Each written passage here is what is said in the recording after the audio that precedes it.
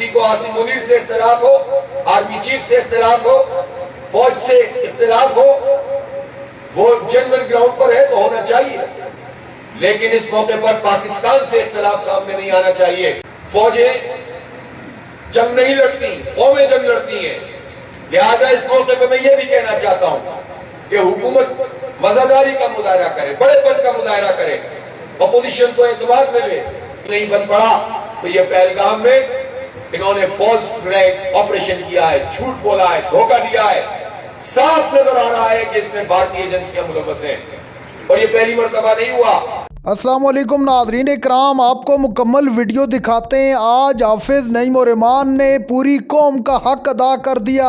اور بھارت کو دو ٹوک پیغام پہنچا دیا کہ اپنی حد میں رہیں۔ جو ہمارے ملک کی طرف میلی آنکھ سے دیکھے گا وہ آنکھ نکال دی جائے گی۔ ہم اینٹ کا جواب پتھر سے دینا جانتے ہیں۔ ناظرین کرام، حافظ نعیم نے حکومت کو بھی تنبیہ کر کے کیا کہا، آپ یہ ویڈیو دیکھیے، پھر اس پر ڈیٹیل میں بات کرتے ہیں۔ کل جو کچھ بھارت نے کیا ہے، بھارت تو پہلے ہی اسرائیل کو سپورٹ کر رہا تھا۔ بھارت جس طرح بھی بتایا گیا کہ اس کے تو فوجی باقاعدہ جا کر وہاں اسرائیل کے ساتھ مل کر مسلمانوں کے قتل عام میں شریک ہیں، اور اس نے پہلے دن سے جب سے یہ معاملہ ہوا ہے اس نے اسرائیل کے ساتھ کھڑا۔ حالانکہ ایک زمانے میں انڈیا کی پالیسی پرو فلسطین پالیسی تھی، لیکن پھر اس کے بعد جب سے یہ ہندوتوا کا جنون چڑھا ہے ان کے اوپر، مذہبی جنونیت کے ذریعے سے جو اقتدار میں مودی آیا ہے، تو اور حد ہو گئی ہے، اور یہ پوری طریقے سے انہوں نے برہمن سے خونی اتحاد قائم کر لیا، اور اس کے نتیجے میں یہ مسلمانوں کے مفادات پر حملہ کرتے ہیں۔ بھارت کہتا ہے کہ ہم بہت بڑی جمہوریت ہیں، ہم سیکولر ہیں، لیکن ان کا حال یہ ہے کہ مسلمانوں کو، مسیحیوں کو، دلتوں کو، جین مت والوں کو، اور اسی طرح سکھوں کو وہ مارجنلائز کر رہے ہیں، شہریت کے حقوق چھین رہے ہیں، ان کے تاریخی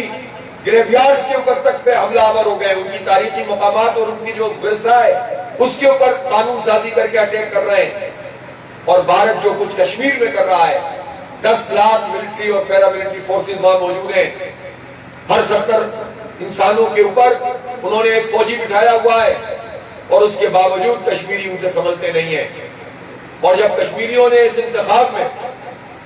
بھرپور طریقے سے بی جے پی کو مسترد کر دیا، اور کشمیری ڈٹ کر کھڑے ہوئے ہیں اور اپنے موقف پر کھڑے ہوئے ہیں کہ ہمیں 370 اور 35A جو آپ نے ختم کیا یہ قبول نہیں ہے، ہم ٹیریٹری نہیں بننا چاہتے بھارت کی، ہماری الگ حیثیت ہے، یہاں پلیبیسائڈ ہونا چاہیے۔ تو جب انہوں نے یہ بات کی ہے تو قوت کے ذریعے سے، طاقت کے ذریعے سے کشمیریوں کو کچلا جا رہا ہے، اور انہوں نے یہ چاہا ہے کہ جس طرح فلسطینیوں کو اپنی سرزمین میں اقلیت میں تبدیل کرنے کے لیے یہودی اور سہودی کام کر رہے ہیں، تو برہمن سامراج بھی یہی کام کشمیر میں کر رہا ہے، جموں اور لداخ میں کر رہا ہے۔ حلقہ بندیاں غلط طریقے سے کی گئیں، پھر بھی مطلوبہ نتائج نہیں ملے، تو اب زبردستی ان کو دبا رہے ہیں اور ان کو اقلیت میں بدلنے کی کوشش کر رہے ہیں۔ اور جب کچھ نہیں بن پڑا تو یہ پہلگام میں انہوں نے فالس فلیگ آپریشن کیا ہے، جھوٹ بولا ہے، دھوکہ دیا ہے۔ صاف نظر آ رہا ہے کہ اس میں بھارتی ایجنسیاں ملوث ہیں، اور یہ پہلی مرتبہ نہیں ہوا۔ جب 2000 میں بل کلنٹن صاحب وزٹ کرنے آ رہے تھے تو اس وقت بھی اننت ناگ جو اسلام آباد مجاہدین کہتے ہیں جس کا نام رکھتے ہیں، وہاں پر انہوں نے اسی طرح سے سیاحوں کے اوپر اٹیک کروایا تھا۔ الفاران نامی ایک فرضی تنظیم بنا کے 1995 میں سیاحوں کو اٹیک کروایا تھا۔ پوری دنیا کو پتا چل گیا یہ بھارت کا فالس فلیگ آپریشن تھا، اور پرسوں بھی جو واقعہ ہوا ہے یہ بھی ایک جھوٹ ہے، یہ دھوکہ ہے، اور یہ کشمیریوں کو کچلنے کی سازش بھی ہے، اور پاکستان کو بھی پانی کی بوند بوند سے محروم کرنے کی سازش ہے۔ اس نے آبی جاریت کا ارتکاب کیا ہے، بین الاقوامی قوانین کی دھجیاں اڑائی ہیں۔ بین الاقوامی برادری کو دیکھنا چاہیے کہ یہ بھارت کون ہوتا ہے۔ ایک بائی لیٹرل معاہدہ، سنتاز معاہدہ جو 1960 میں کیا گیا، اور اس معاہدے میں جو آرٹیکل اس کا 12 ہے، اس کا 4تھا پیراگراف یہ بہت واضح طور پر یہ بات بتاتا ہے کہ یہ معاہدہ اسی وقت منسوخ ہو سکتا ہے جب دونوں طرف کے فریق رضامند ہوں گے، اور ان کی رضامندی سے ہو سکتا ہے،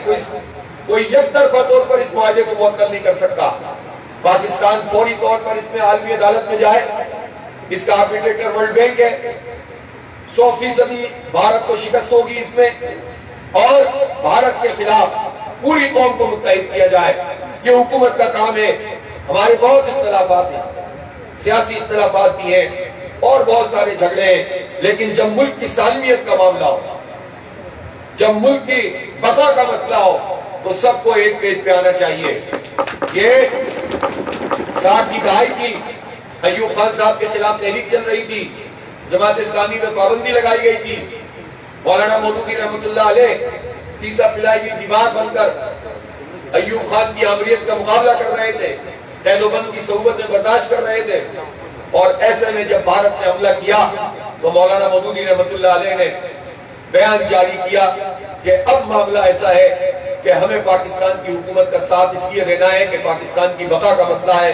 جب صدر مملکت نے کلمہ پڑھ کر قوم کو مخاطب کیا ہے تو ہم بھی اب غیر مشروط طور پر حکومت کا ساتھ دیتے ہیں۔ یہ وہ جذبہ تھا جس کے نتیجے میں دفاع ممکن ہوتا ہے۔ فوجیں جنگ نہیں لڑتی، قومیں جنگ لڑتی ہیں۔ لہذا اس موقع پہ میں یہ بھی کہنا چاہتا ہوں کہ حکومت مزاداری کا مظاہرہ کرے، بڑے پن کا مظاہرہ کرے، اپوزیشن کو اعتماد میں لے، اور کوئی بھی اپوزیشن کی جماعت، سارے اختلاف اس کی اپنی جگہ، کسی کو عاصم منیر سے اختلاف ہو، آرمی چیف سے اختلاف ہو، فوج سے اختلاف ہو، وہ جنرل گراؤنڈ پر ہے تو ہونا چاہیے، لیکن اس موقع پر پاکستان سے اختلاف سامنے نہیں آنا چاہیے۔ بعض لوگ ایسے بھی ہوتے ہیں جو اس موقع پر لڑائی کسی سے ہوتی ہے اور پاکستان کے مفادات کے خلاف شروع ہو جاتے ہیں، اور اس میں ایک طریقے سے وہ چاہتے ہوئے نہ چاہتے ہوئے اعلی کار بن جاتے ہیں۔ ایسے موقع پر میں تمام پولیٹیکل ورکر سے کہتا ہوں، تمام تاجروں سے گزارش کرتا ہوں، جماعت اسلامی اس کے لیے تیار ہے، سب مل کر سیسا پلائی کی دیوار بنے اور بھارت کے خلاف مکمل یکجائی سے اس کو جواب دینے کے لیے تیار ہو جائیں، اس لیے کہ یہ جنگ ہم نے نہیں مسلط کی، یہ بھارت نے مسلط کی ہے، اور جب اس نے مسلط کی ہے تو اس کو اس کا جواب بھی اسی طریقے سے ملنا چاہیے۔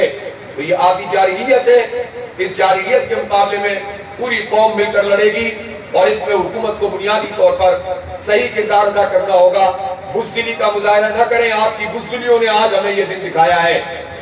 ناظرین کرام، آپ نے ویڈیو دیکھی حافظ نعیم الرحمان کی انتہائی سخت قسم کی پریس کانفرنس، بھارت کو اس کی اوقات یاد دلا دی۔ سندھ طاس معاہدے کی دھجیاں آپ جانتے ہیں کہ بھارت کس طرح اڑا رہے اور طرح طرح کے بہانے بنا کر اس معاہدے سے نکلنے کی کوشش کر رہے، جس پر حافظ نعیم الرحمان نے کہا کہ ان کے خلاف فوری طور پر عالمی عدالت میں جانا چاہیے۔